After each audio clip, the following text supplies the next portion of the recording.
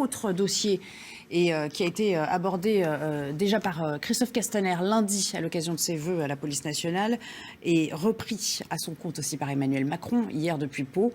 C'est ce besoin de déontologie au sein des forces de l'ordre. C'est ce qu'a demandé Emmanuel Macron au gouvernement après de nouvelles accusations de violences policières.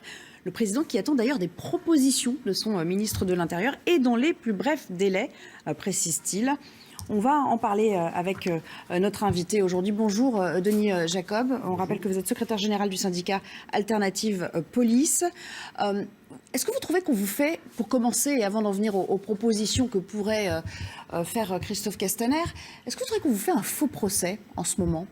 Qu'on met l'accent sur ce que vous considérez comme anecdotique ou des manquements, certes, mais qui restent très parcellaires dans l'exercice de vos fonctions? Oui, je confirme que ça reste très à la marge, que c'est d'ailleurs condamnable. Personne ne peut aller défendre ce que l'on a pu constater récemment. Il faut peut-être aussi essayer non pas de le justifier, mais de comprendre pourquoi certains fonctionnaires de police réagissent de la sorte, avec une récurrence de violences faites aux policiers dans le cadre de leur mission. Et de ça depuis maintenant plus d'un an, les manifestations des Gilets jaunes, puis les manifestations contre la réforme des retraites, et que même si nous devons faire preuve de la plus grande exemplarité et du plus grand sang-froid, eh bien psychologiquement, on n'est pas à l'abri que des collègues puissent craquer parce qu'ils s'en prennent plein la figure à longueur de temps et que voilà, certains peuvent déraper. C'est pas excusable, je me répète, mais il faut remettre aussi dans ce contexte. Et si vous voulez, les déclarations du ministre de l'Intérieur, mais aussi d'Édouard Philippe et du président de la République, on a le sentiment aujourd'hui d'être lâchés au milieu du gué.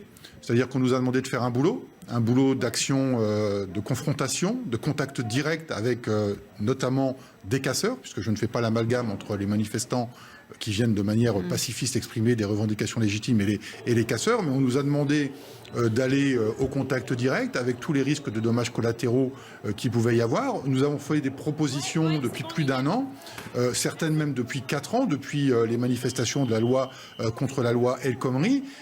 C'était des propositions qui permettaient d'apporter des réponses justement à cette déontologie.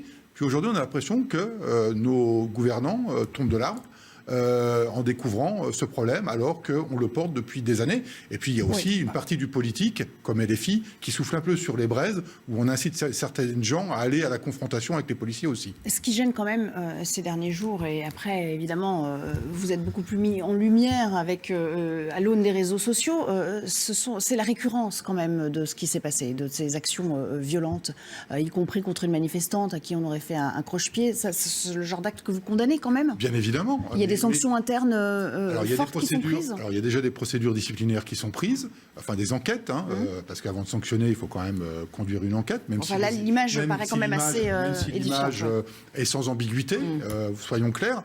Moi, je ne suis pas sur un plateau télé en tant que représentant des parties syndicales pour défendre l'indéfendable. Les choses sont claires. Il y a des dérapages, ils doivent être sanctionnés à la hauteur de la gravité de la faute. Et il faut savoir, alors les derniers chiffres en ma possession, c'est ceux de 2018.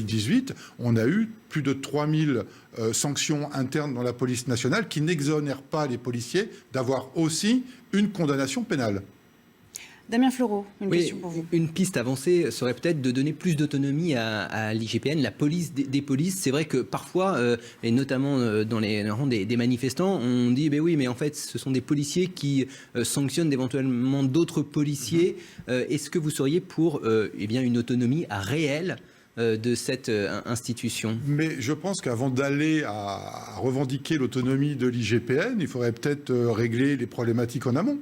J'ai proposé au titre de mon organisation syndicale depuis plus d'un an dans le cadre des problèmes avec les manifestations de Gilets jaunes de généraliser le port de la caméra piéton.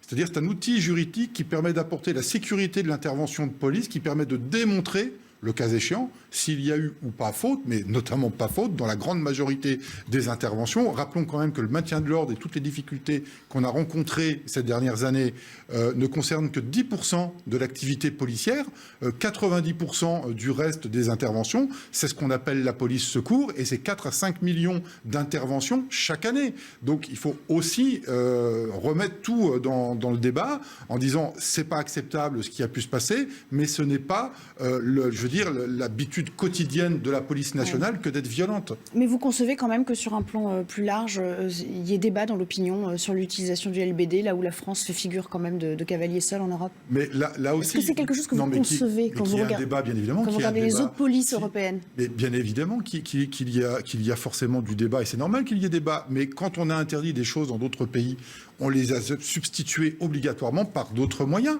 Nous, ce que l'on dit, si on nous dit clairement aujourd'hui, il faut arrêter le lanceur de balles de défense, il faut arrêter les gestes techniques de police d'intervention, notamment avec l'affaire très, très dramatique de M. Chouviat, mais bien évidemment, mais qu'on nous donne d'autres moyens pour faire notre travail dans de bonnes conditions. À chaque fois qu'il y a des drames, et c'est toujours regrettable, et on ne doit pas mourir quand il y a un contrôle, mais quand on a eu le débat avec des personnes décédées à la suite d'utilisation du taser, il fallait interdire le taser. Quand ça a été le tonfa, il fallait l'interdire. Le lanceur de balles de défense, il faut l'interdire. Nous, on n'est pas opposés. Si véritablement on nous dit il faut changer de moyens, ok, changeons-en, mais donnons-nous d'autres moyens pour faire notre boulot dans des conditions de sécurité optimales. Par ailleurs, sur d'autres terrains et d'autres questions, parce qu'on sait que vous êtes mis à rude épreuve, il y a à la fois la sécurisation des manifestations, mais aussi la sécurisation des Français en matière de terrorisme. Hein. Vous êtes un peu sur tous les fronts. Vous avez vu vos moyens renforcés, notamment pour ce qui est de la BAC, il me semble. C'est quelque chose que vous avez apprécié de la part de l'exécutif ? Quand il s'agit d'assurer la sécurité de nos concitoyens, quand on nous donne les moyens de le faire, bien évidemment. Et la formation est adéquate pour ces personnels-là ? Alors, la formation, déjà, on n'attend pas d'avoir de nouveaux moyens matériels pour avoir de la formation. On a des unités spécialisées. Oui. Ça a été le plan BAC sous Bernard Cazeneuve, si je ne me trompe pas. Oui. On a eu des moyens. Ce que je regrette, moi, c'est toujours, si vous voulez, la vitrine de la police nationale qu'on met en avant dans telle ou telle circonstance, que sont les unités spécialisées. Mais il reste un parent pauvre dans la police nationale, et là aussi, c'est le gros des effectifs de la police nationale, c'est la police secours, la police d'urgence, celle qui intervient au quotidien, justement pour porter aide et secours à nos concitoyens. Et eux demeurent encore aujourd'hui sans moyens. Vous le savez, les conditions de travail dans la police sont particulièrement difficiles. Depuis le 1er janvier, nous sommes déjà à 2 suicides. Merci beaucoup, Denis Jacob, d'être venu sur ce plateau, nous donner votre sentiment. Et bien sûr, nous attendons les propositions qui devront être faites, on le rappelle, dans les plus brefs délais, à la demande du chef de l'État auprès de Christophe Castaner.